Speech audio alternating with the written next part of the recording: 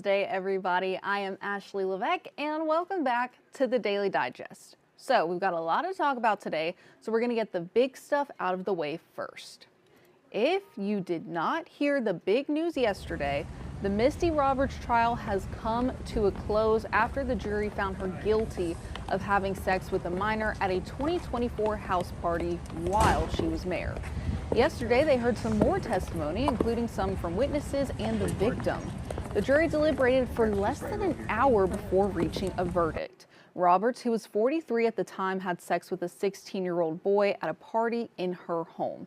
She was found guilty as charged of carnal knowledge of a juvenile and indecent behavior with a juvenile, both of which are felonies, and she's required by law to register as a sex offender. Roberts' defense team also just sent us this statement saying, in part, "We are disappointed by the verdict, but of course respect the jury's decision. Our focus now is on doing everything we can to keep Misty free after sentencing so she can continue raising her son and daughter as she has for the last 2 years while awaiting trial." We also received the following statement from the Beauregard District Attorney. Says, "I am happy to be able to provide justice for the victim and families involved in the case. I thank the jury for their patience and attention listening to and viewing evidence for over a week. ADA Charles Robinson worked tirelessly on this case and did a fantastic job for the office and for the community."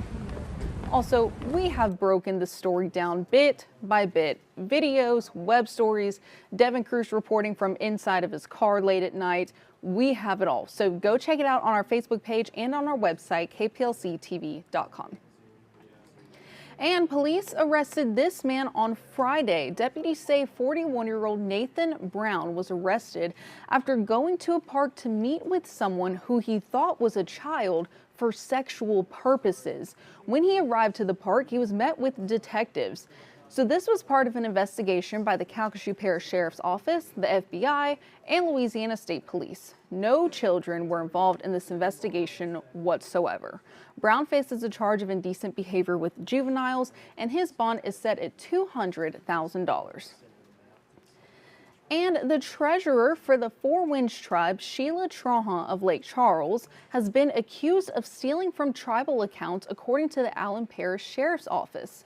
Sheriff Doug Hebert says members of the Louisiana Cherokee tribe contacted law enforcement about the possible theft in February. They told detectives that bank statements showed unauthorized ATM and cash withdrawals. During interviews, detectives say they determined that Trahan was responsible for these withdrawals. And after being notified of the warrant, Trahan turned herself into detectives today and has been booked into the Allen Parish Jail for felony theft over $25,000, unauthorized use of an access card, and bank fraud. Her bond was set at $60,000. And now we've got a story coming out of Acadiana involving explosives, guns, and a Florida man. It all started when federal authorities were looking for this man. This is 55-year-old Orlando Burley.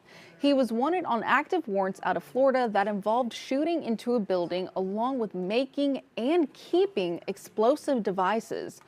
Authorities say he was found at a camper in Carencro yesterday. They had a drone and the SWAT team searching the camper, and during the search, they found materials used to make explosives and 5 guns.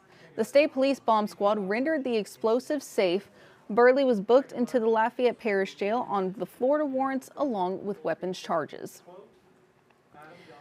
And today in Sewella hosted over 300 middle and high school students for their annual Criminal Justice Day. They got hands-on experience and they saw a canine demonstration, plus they were able to meet some men and women who work in the law enforcement industry. Anissa Carby interviewed 2 seniors who attended, and that interview will be featured on Live at 5. And for some more information about degrees and courses that they offer, you can head on over to Sewella.com.